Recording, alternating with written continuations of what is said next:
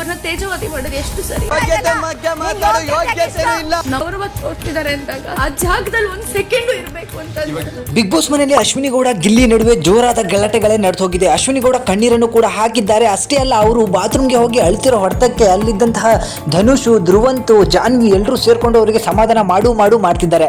ಹೌದು, ಅವ್ರು ಹೇಳ್ತಿರೋದೇನು ಅಂತ ಹೇಳಿದ್ರೆ, ಒಬ್ಬ ಕಾಮಿಡಿಯನ್ ಆಗ್ಬಿಟ್ಟು ಇನ್ನೊಬ್ಬರ ತೇಜೋವಧೆಯನ್ನು ಮಾಡೋದು ಎಷ್ಟು ಮಟ್ಟಿಗೆ ಸರಿ, ಸೊ ಇನ್ನೊಬ್ಬರನ್ನ ಕೆಳಗೆ ಹಾಕಿ ಮಾತಾಡೋದು ಎಷ್ಟು ಮಟ್ಟಿಗೆ ಸರಿ ಅಂತ ಹೇಳಿ ಅವ್ರು ಹೇಳಿದಾಗ, ಈ ಧನುಷ್ ಅನ್ನೋದು ಹೇಳ್ತಾನೆ, ವ್ಯಾಲ್ಯೂ ಇರೋರಿಗೆ ನೀವು ಕಣ್ಣೀರನ್ನು ಹಾಕಿ, ವ್ಯಾಲ್ಯೂ ಇಲ್ದಿರೋನಿಗೆ ಏನಕ್ಕೆ ಕಣ್ಣೀರು ಹಾಕ್ತೀರಾ ಅಂತ. ಅಂದ್ರೆ ಧನುಷ್ ಲೆಕ್ಕಾಚಾರಕ್ಕೆ ನಮ್ಮ ಗಿಲ್ಲಿ ಯಾವ ಲೆಕ್ಕಕ್ಕೂ ಇಲ್ಲ, ಅವ್ನು ವ್ಯಾಲ್ಯೂನೇ ಇಲ್ಲ ಅಂತ. ಅಂದ್ರೆ ಅಶ್ವಿನಿ ಮಾಡಿದ್ದು ಸರಿ. ಇನ್ನೊಬ್ಬರಿಗೆ ನಿನ್ನ ಯೋಗ್ಯತೆನ ನೋಡ್ಕೊ ಅಂತ ಹೇಳಿದ್ದು ಅಶ್ವಿನಿಗೆ ಸರಿಯಾದ್ರೆ, ಗಿಲ್ಲಿನೂ ಹೇಳ್ತಾನೆ ನನ್ನ ಯೋಗ್ಯತೆ ಬಗ್ಗೆ ಮಾತಾಡೋಕೆ ನಿನಗೆ ಯೋಗ್ಯತೆ ಐತಾ ನೋಡ್ಕೋ ಅಂತ ಹೇಳಿ ಅವನು ಹೇಳ್ತಾನೆ.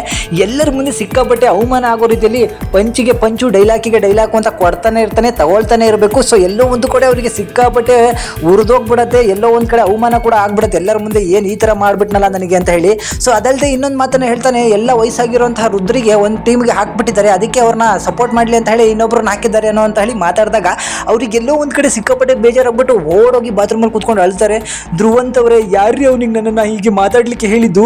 ಮರ್ಯಾದೆ ಇಲ್ದಿರ ಕಡೆ ನಾನು ಒಂದು ನಿಮಿಷನೂ ಕೂಡ ಇರೋದಿಲ್ಲ, ನಾನು ಬದುಕ್ತಾ ಇರೋದೇ ಮರ್ಯಾದೆಗೋಸ್ಕರ ಅಂತ ಹೇಳಿ ಒಂದು ಮಾತನ್ನು ಹೇಳ್ತಾರೆ. ಸೊ ಅಶ್ವಿನಿ ಗೌಡ ಅವರೇ, ನಿಮಗೊಂದು ಕಿವಿ ಮಾತನ್ನು ಹೇಳ್ತೀನಿ, ಮರ್ಯಾದೆ ಸಿಗಬೇಕು ಅಂದರೆ ಮೊದಲು ನಾವು ಮರ್ಯಾದೆ ಕೊಡೋದನ್ನು ಕಲ್ಕೋಬೇಕು.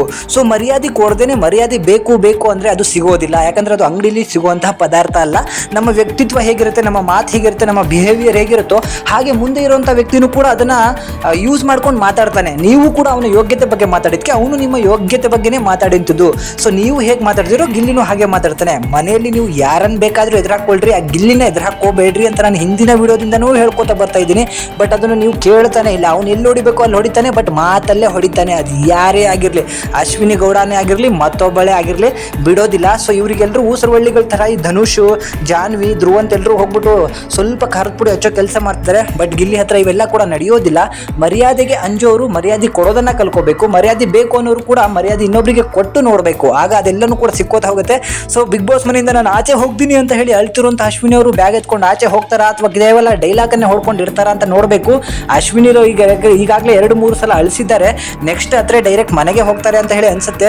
ಬಟ್ ಅಶ್ವಿನಿ ಅವರಿಗೆ ಮತ್ತೊಂದು ಕಿವಿ ಮಾತು, ಹಳೆಯದೇ ಮಾತು, ಗಿಲ್ಲಿ ಸವಾಸಕ್ಕೆ ದಯವಿಟ್ಟು ಹೋಗಬೇಡ್ರಿ. ಅವ್ನ ಪಾಡಿಗೆ ಅವ್ನು ಇರ್ಲಿಕ್ಕೆ ಬಿಡ್ರಿ. ಇಲ್ಲ ಅಂದರೆ ಮಾತಿನಲ್ಲೇ ನಿಮ್ಮ ಬಂಡವಾಳನ ಬಯಲು ಮಾಡಿ ಬಿಸಾಕ್ಬಿಡ್ತಾನೆ. ಅವನ ಪಾಡಿಗೆ ಅವ್ನು ಆಡ್ಲಿಕ್ಕೆ ಬಿಡಿ. ಸೊ ಮರ್ಯಾದೆ, ಯೋಗ್ಯತೆ ಅನ್ನೋ ಪದಗಳನ್ನು ಯೂಸ್ ಮಾಡೋಕ್ಕಿಂತ ಮುಂಚೆ ನಿಮಗೆ ಅವರು ಅದನ್ನು ಯೂಸ್ ಮಾಡಿದರೆ ಹೇಗೆ ನೋವಾಗುತ್ತೋ ಅವರಿಗೂ ಕೂಡ ನೋವಾಗುತ್ತೆ. ಅದನ್ನು ನೀವು ಕಣ್ಣೀರ್ ಮುಖಾಂತರ ಹೇಳ್ಕೊತಿದ್ರೆ ಅವ್ನು ಹೇಳ್ಕೊಳ್ಳಲ್ಲ ಅಷ್ಟೇ. ಇದರ ಬಗ್ಗೆ ನಿಮ್ಗೆ ಏನನ್ಸುತ್ತೆ ಅದನ್ನು ಕಮೆಂಟ್ ಮಾಡಿ ತಿಳಿಸಿ. Thank you.